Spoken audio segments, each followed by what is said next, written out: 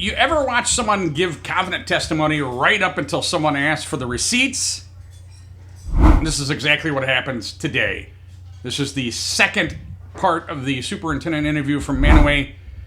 And the superintendent had a lot to say when nobody pushed back, but once the questions start, the story changes, and it changes fast.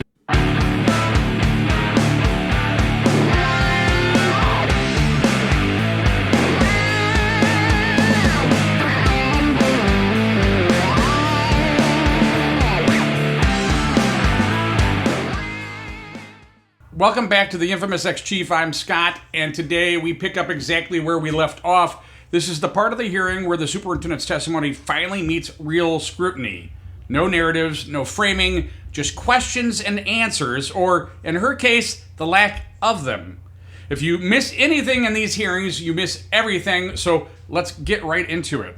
So before we continue, let me bring everyone back to where we left off last episode. If you missed it or want a quick refresher, I highly recommend going back and watching the previous segment on the Mantua. I have started a Mantua playlist, so you're more than welcome to keep up with that playlist if that's why you're here. If that's the sole reason, I hope not, but if that's the sole reason you're here, there's a playlist that's going to be dedicated to the Mantua.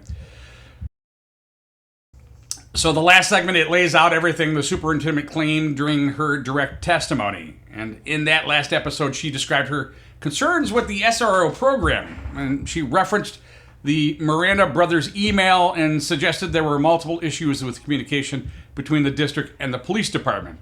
She also said the chief was not as engaged as she expected.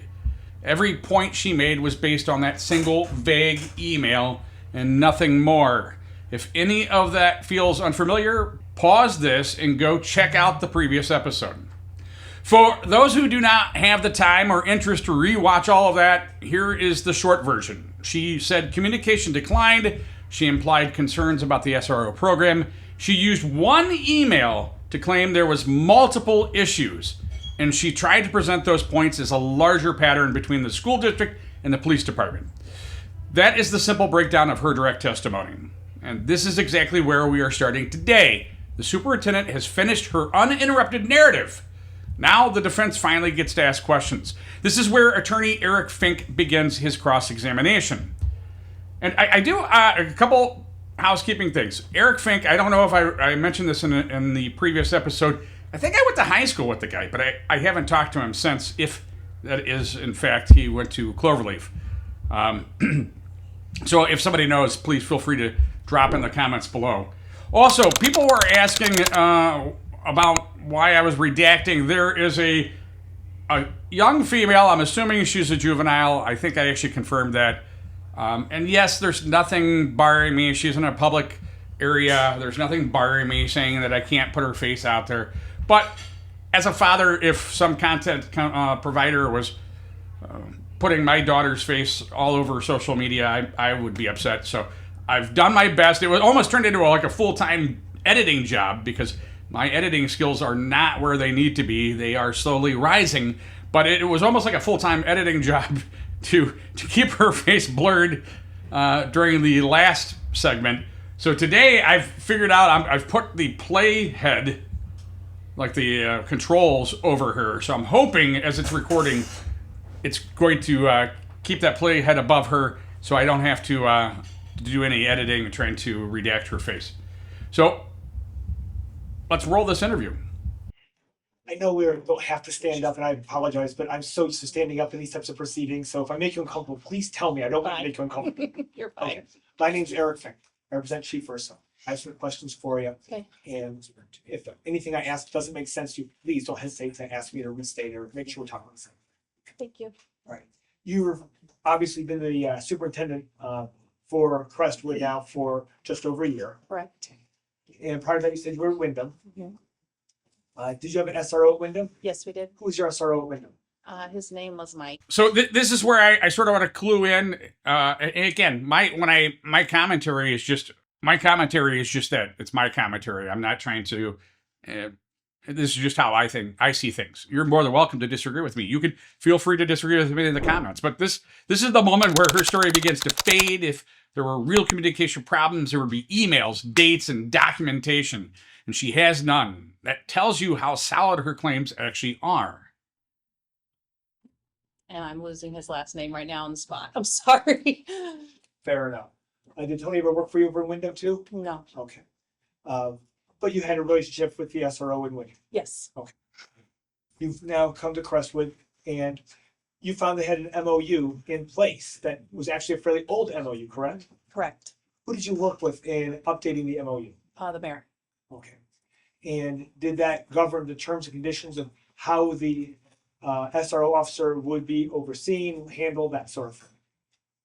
Yes. Covered everything, basically. As far as I know, yes. And did that MOU also have a chain of command as to who is supposed to talk to who, or how that SRO was supposed to be supervised? I believe so, but without looking at it right now, I'm going to say yes. But you don't remember exactly what the terms were. Not off the top of my head, no. And that's fair. As superintendent, you've got 1,000 responsibilities, correct? Correct. And you were used to having an informal relationship, so you more or less anticipate it would remain an informal relationship. Is that correct? Correct. Is there anything wrong with the relationship being more formalized? No. On just a personality basis, do you feel your personality meshes well with Chief Ursos? I don't know. Okay. I don't know. So it's not just a personality issue. I would hope not. Okay. That's what we're trying to get through this. Okay. Said, did Chief Urso have any role or supervising your job as superintendent, or did he have any capacity to influence you as the superintendent? No. I wouldn't think so. Superintendent is kind of the most important official in the school district, right? I would say the board is, but then me. For a single individual, Yes. you report to the board, and Correct. the board charges you with responsibility for overseeing the district. Correct. So if the chief asked you to write a letter, basically terminating the SRO services, he has no way of influencing you to do that other than to ask, correct? Correct. And so that letter that you wrote, which has been labeled Exhibit X, those are all your words. My words. And from your working with your SRO, do you work with the SRO in Streetsboro also, by the way? Yes. Okay. That one I remember his last name. What's that? That one I remember his last name. Who is it? Jason Fogelman. Oh my goodness, how could you forget him? He's enormous and he fits into a little yellow Corvette. It's a hard thing to watch. Obviously, I've known him for 27 years. Anyhow, you're used to the officers having to periodically do other duties Right. beyond just the SRO duties. If there's an emergency, something like that comes up. Correct. But in this situation, when you specifically wrote in your letter that he was concerned that he was having to go to the Village of Mantua Police Department, and Chief Urso said that wasn't the case, correct? Correct. So that's a point of concern about how the SRO was being handled. Yes. And so at no point in time are you saying you wish you had Officer Visage, I don't want to pronounce it wrong, Tony, back, correct? I'm sorry. Say that question again. At no point did you want Tony back as your SRO. Correct. Now, after Tony left, you need to fill the role while you were seeking new candidates, correct? Correct. Officer Brothers has fulfilled that role for a time. Correct. She's not doing that role now, correct? Correct. And during the hours that she spent there, were there ever complaints about her? Not that I'm aware. Okay. At any point in time, have you been aware of her applying for the job a second time after she was turned down the first time? She did not apply this year. Okay. Notwithstanding, you believe the chief wants her to have that role. Has anybody else given you the impression that Officer Brothers wants that role? No. And has the chief ever told you you have to hire her? No. And if he did, you would have to listen to him anyways. Correct. You expressed concern that Officer Visage did not complete his. Do you have any knowledge as to how Tony was supposed to go about getting that training? Yeah, it's a training through the state. Correct. How often do they offer that training? I don't know how often they offer that training, but there's a website you can go to that lists all the training for the year. Now, a couple things I just wanted to recap. All right. So when Fink is asking her whether, she's issued any type of directive or formal request to the chief, again, you might have to rewind, but listen closely. She admitted that she never documented anything. There was no follow-up, no corrective request in any administrative setting. The concerns getting written down, she never did that. And so the silence speaks louder than her testimony. So we're getting in, and we brought this up a little bit prior about the SRO training, right? The SRO training or expectations, I've laid out the Ohio law previously, but here is where facts matter. Ohio law gives agencies a full 1 year to complete SRO certification, and the department was within that time frame. Since your letters, I'm going to do numbers, if that's okay. Yeah, that looks great. Thank you.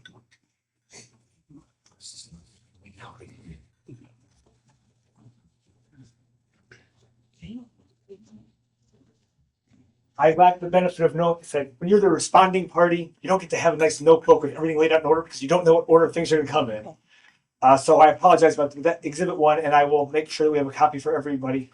Can you identify what that document is? I'm sure you've never seen it before. I'm not expecting you to recognize it. Yeah. It looks like a invoice for training.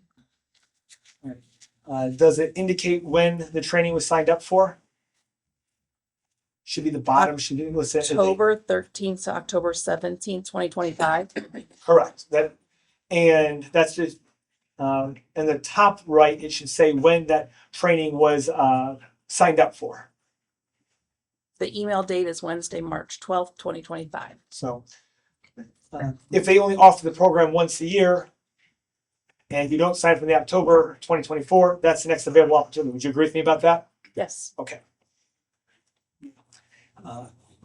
Are you aware that prior to signing up for the training, you need to make sure you've gone through the medical physicals and all that sort of thing first? Yes.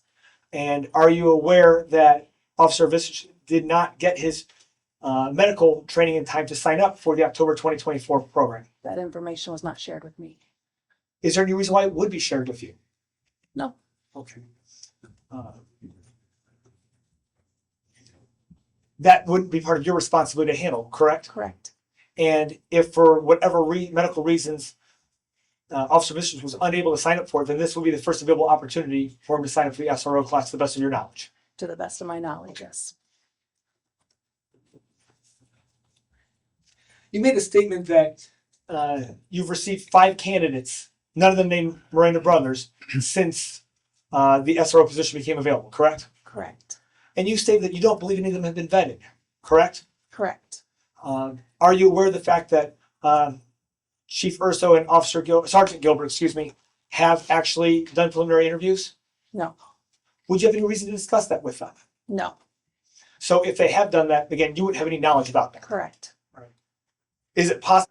So again, just pausing here because, and again, you are more than welcome to disagree with me. I welcome the healthy debates. So far, I think Attorney Fink has pretty much poked a hole in everything that was given during direct testimony. He talks about that the officer was actually supposed to be getting training. He had signed the officer up for training. He was within 1 year of that mandate of getting the officer the SRO training. Now he's talking about the fact of that there have been applicants that he has been attempting to interview, and she, of course, has no knowledge of that. Then when you said they haven't been vetted, that statement is actually incorrect, just you didn't know about it? Possibly, yes. Okay. Not saying you lied or anything like that, just Right. you don't know Didn't know. what all they're doing. Correct. Okay. You've deemed the candidates insufficient, correct? Correct. You requested more candidates, is that correct? Correct. Are you aware of what steps the chief has taken in order to try to appeal to more applicants? No. Would that be something you would normally discuss with the chief? Potentially. But would it also be just the chief would handle it between the chief and the mayor, Yeah. going through like Indeed websites and things like that? Yes. And that would be a perfectly reasonable thing for the chief to do. I would say yes. Okay.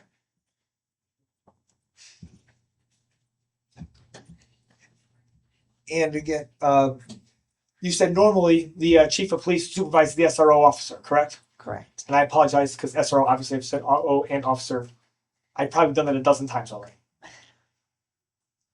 When you have that's in a normal circumstance, in a situation for Mantua where they have a special rule regarding who supervises officer brothers, do you think this was a workaround for that, or do you think they still would have employed the same policies to have officer brothers supervised by a separate employee, or would you say that's not my department and I'd let the police department handle that? It's not my department. Okay.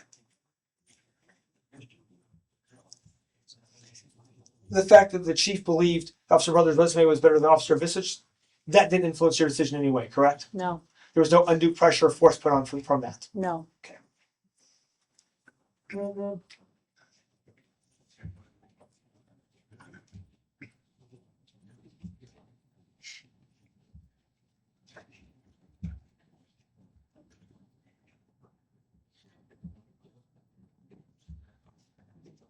When you did, said, at any point in time, did you make a request that Officer Visage go through the chain of command rather than communicating directly with you? Not just the social hi, how are you, but major policy or initiatives. Did you request he go through the chief of police to have those communications? Yes, Okay. So that was your directive. yes, Okay. yeah. And the same is true for the school side as well. Oh.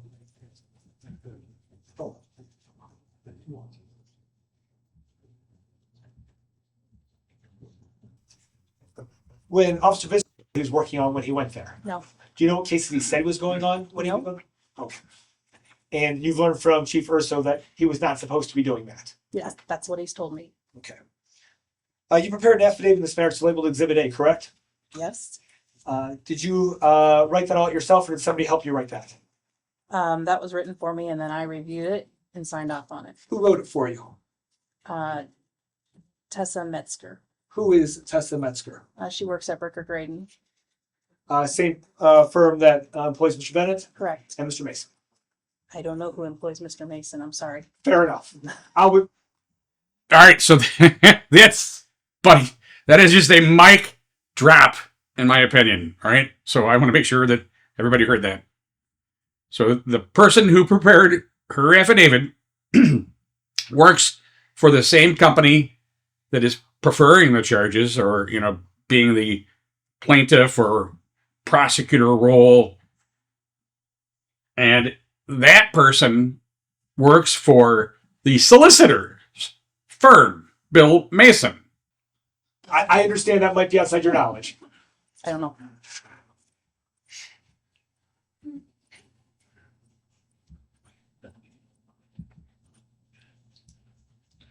And it's sort of interesting to me because you would think, as an educator, superintendent, that she would want to write her own affidavit.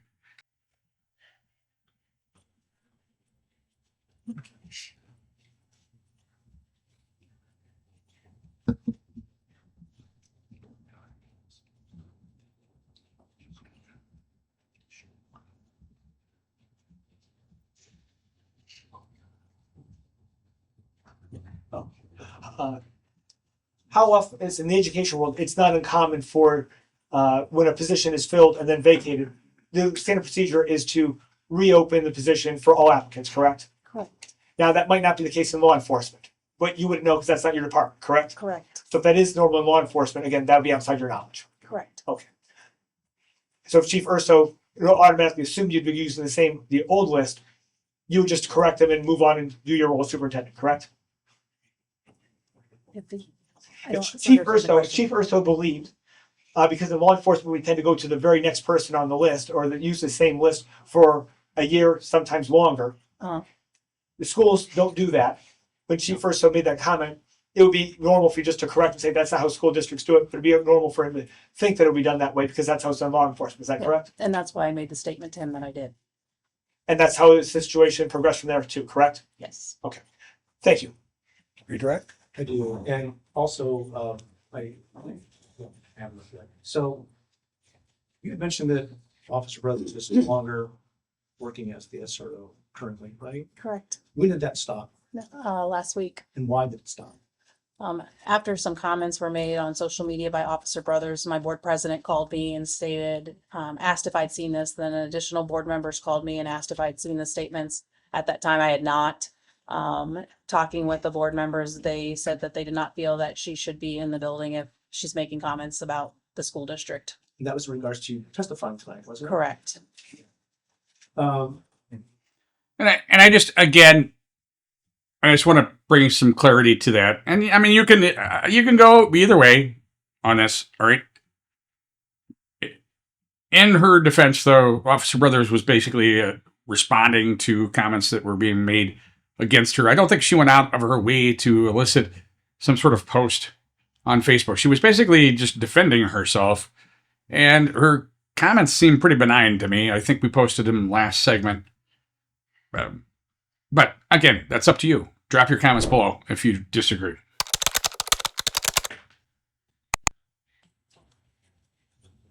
so you said that Brothers did not, Officer Brothers, excuse me, I'm trying to use corrected titles. I've got them wrong too. Don't worry about it. Did not apply for the SRO for this school year, right? Correct. But you talked with Chief Urso in May of 2025 before applicants were supplied for this year and told him the district did not want her, didn't you? Correct. So there would have been no reason for her to apply if you've already told him she was not wanted, right? Correct. Um,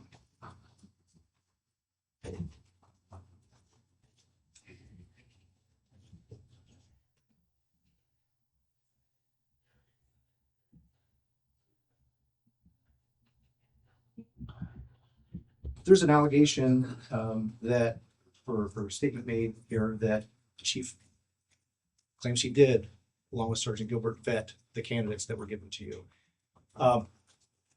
If he did vet them, did he do a good job? That's an opinion. Did you find the candidates very, very appealing? No. Okay.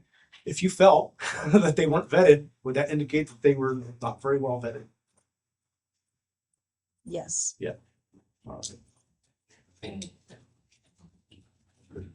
All right, and then one other thing here too, is I failed to ask, and of course I'll have a chance to redirect on this. There was a complaint that you filed in June of 2025 about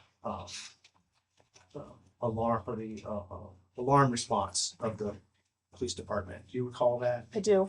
I won't ask you to read the whole thing, but in Exhibit Z of our book,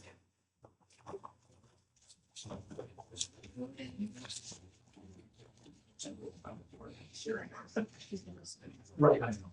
That's why I said I don't want to look at the whole thing because you haven't seen this, but I want you to at least turn to page 5 of this exhibit. I know you haven't seen the whole semester, but 5 you would have seen. Yes, And is this the complaint that you filed? it is. Okay. And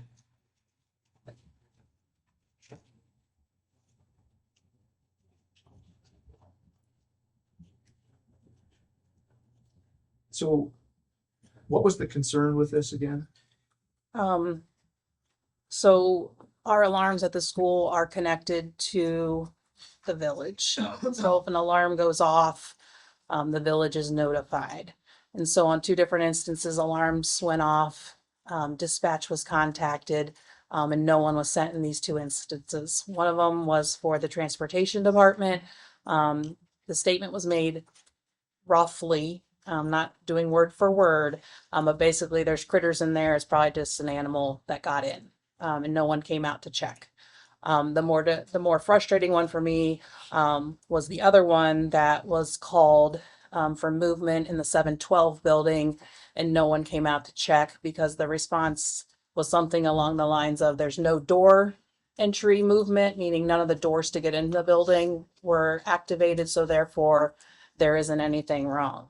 Unfortunately, that's when a water line broke in the district on the 2nd floor over the weekend because no one went out to check. It went through and we had a severe flood that cost the district tens of thousands of dollars to fix this summer.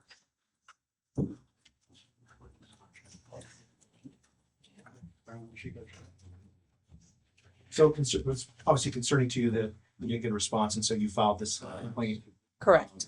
there. And were you made aware that the mayor was looking into this? for you? Yes. Okay.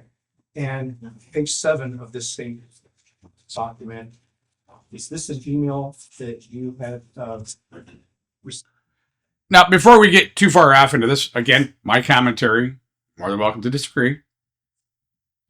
What does this have to do with the chief of police? Okay. And I mean, rightfully so. It's an alarm drop. Somebody should have responded. Not arguing that point. But now, had the chief had prior knowledge and failed to act, the officer weren't responding, then yes, absolutely, there would be on the chief of police.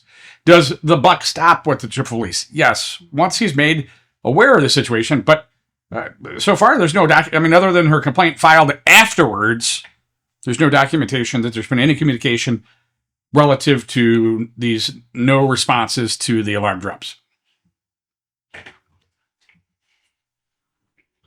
from Mayor Meyer regarding that? Yes. Okay.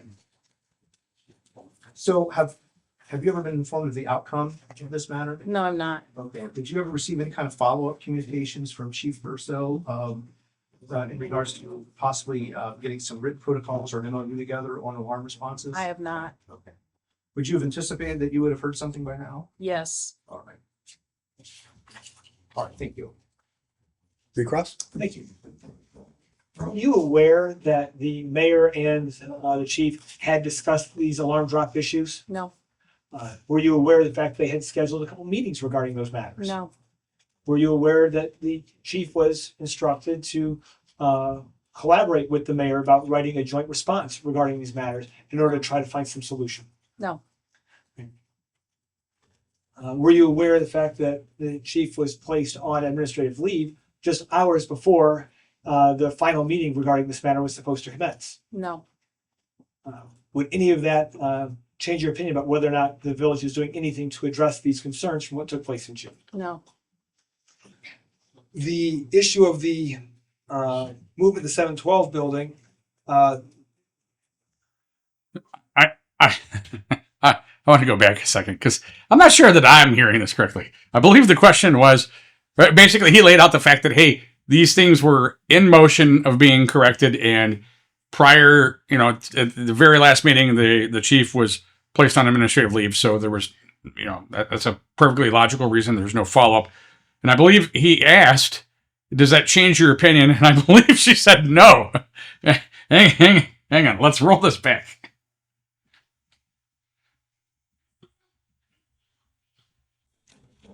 are you aware that the mayor and the chief had discussed these alarm drop issues? No. Were you aware of the fact they had scheduled a couple meetings regarding those matters? No. Were you aware that the chief was instructed to collaborate with the mayor about writing a joint response regarding these matters in order to try to find some solution? No. Were you aware of the fact that the chief was placed on administrative leave just hours before the final meeting regarding this matter was supposed to commence? No. Would any of that change your opinion about whether or not the village is doing anything to address these concerns from what took place in June? No.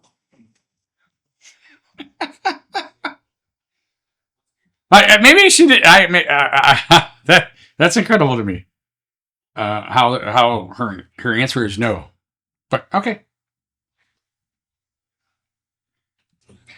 The issue of the movement to the 712 building, do you know who made the response that no one was going to go inside the building? Do you know who that was that said that? The person's name I do not know. Was it a dispatcher, an officer? My understanding was it was a dispatcher. Okay, so not the chief No. and not some of the chief supervisors. Not to my knowledge. Okay. The comments in the bus garage, it's probably a critter. Do you know who made that statement? Dispatch. So again, not the chief No. and not some of the chief supervisors. I don't know if he supervises dispatchers. I'm guessing you're probably not familiar with the Mantua Police Department chain of command. No. If I told you that they're overseen by the sergeant, you would have no reason to disagree with me.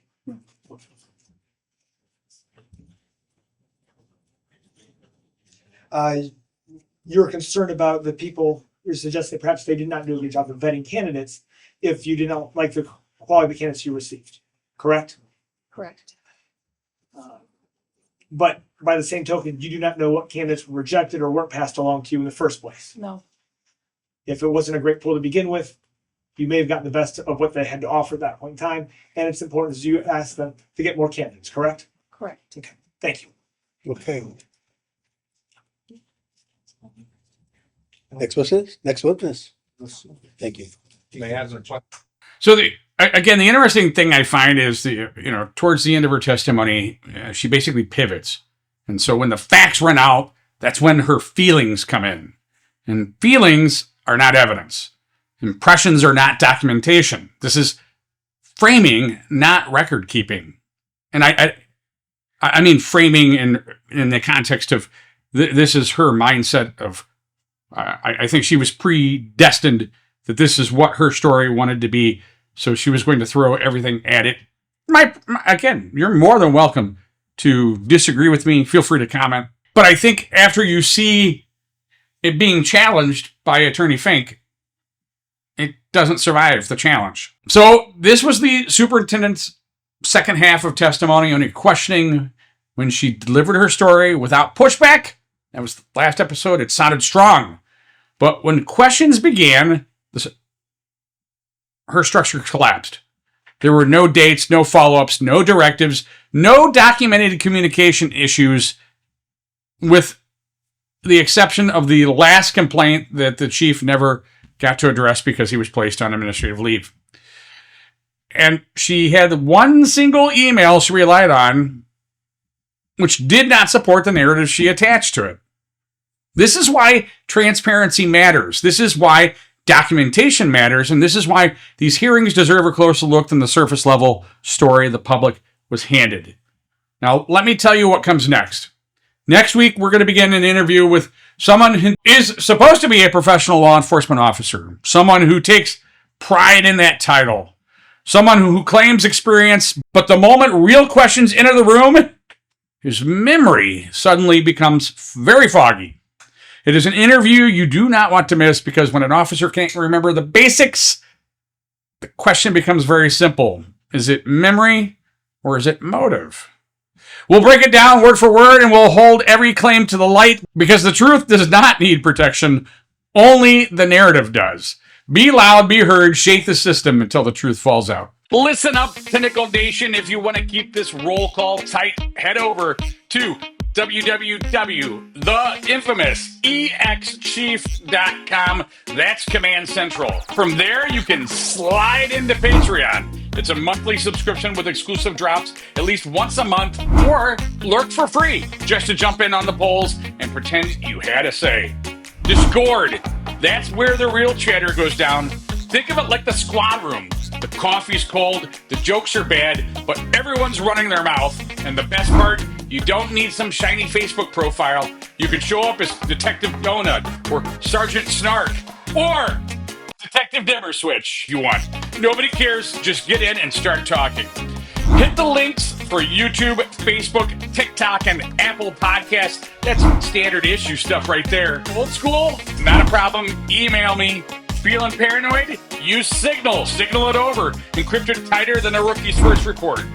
Want your voice on the record? Speak pipe. Leave me a voicemail. If it doesn't sound like you're 3 sheets to the wind, I might even use it. Got a tip on a case? Fill out the tip sheet. Be as quiet or loud as you want. Do I burn sources? Ask him. Oh, wait, you can't. Want me to cover a case? Drop it under case consideration. Or keep it simple. Buy me a coffee and grab me a Brew Loud Be Heard mug. Because this isn't just a channel, it's a shift briefing. Be loud, be heard, shake the system until the truth falls out.